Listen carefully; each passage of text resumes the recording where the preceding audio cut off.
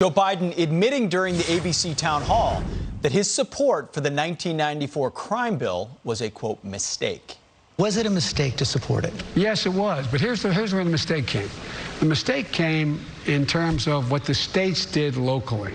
What we did federally, we said it was, and you remember, George, it was all about the same time for the same crime. Our next guest calls his acknowledgement meaningless. Here to explain, Black Voices for Trump Advisory Board member Dr. Carol Swain. Doctor, always love having you. Thanks for being here. He didn't just vote for this bill in 1994. He was one of the leaders of it, yet he's saying it wasn't me, but, just a mistake. Right. He helped craft that bill. He worked alongside segregationists to write the bill, and it's part of his long history on race, which has been far worse than anything that President Trump has been accused of doing when it comes to race. Joe Biden is responsible for the disparity in how crack cocaine and powdered cocaine was treated, and as well as the sentencing guidelines that made it difficult for judges to adjust sentences or for people to get parole.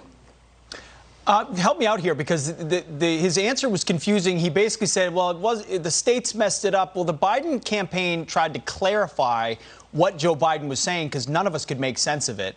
And this is what they said. They said VP Biden was talking about the 86 crime bill. That's the one that included mandatory minimums for drug offenses. In fact, the 1994 crime bill did not, which was what VP and George were discussing. So 86 or 94, he's still a senator, still pushing it.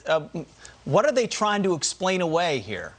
Well, first of all, that Joe Biden has called the 1994 crime bill the Biden bill. So he's responsible for that bill.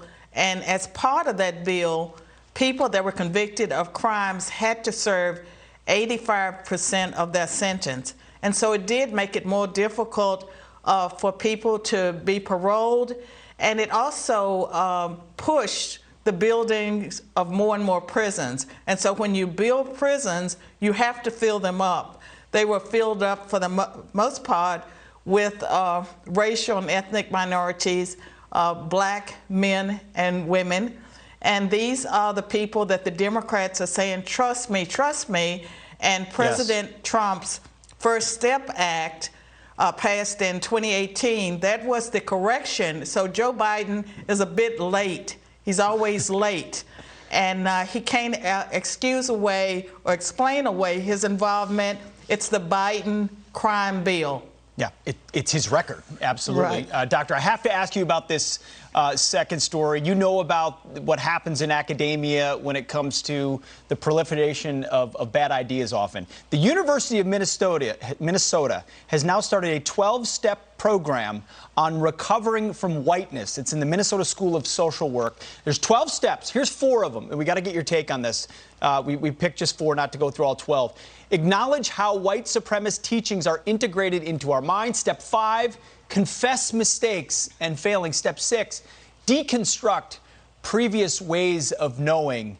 So white kids or any background goes into this class and they're told how bad they and the entire system is? That's the course? Well, first of all, the critical race theorist, and that's critical theory, it argues that if you're born with white skin, you're a white supremacist. You need to divest yourself of your whiteness. And so now they're treating your skin color as a disease, And it is disturbing.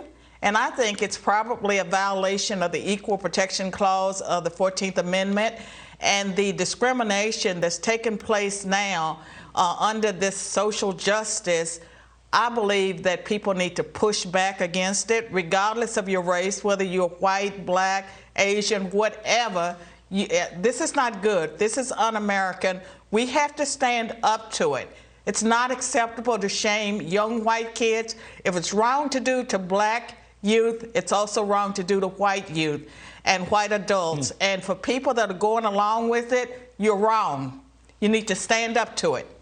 Yeah, as my friend Will Kane has pointed out oftentimes, we've stopped treating people as individuals, and now we want to lump them back into groups for things that they can't affect and going backwards as a result.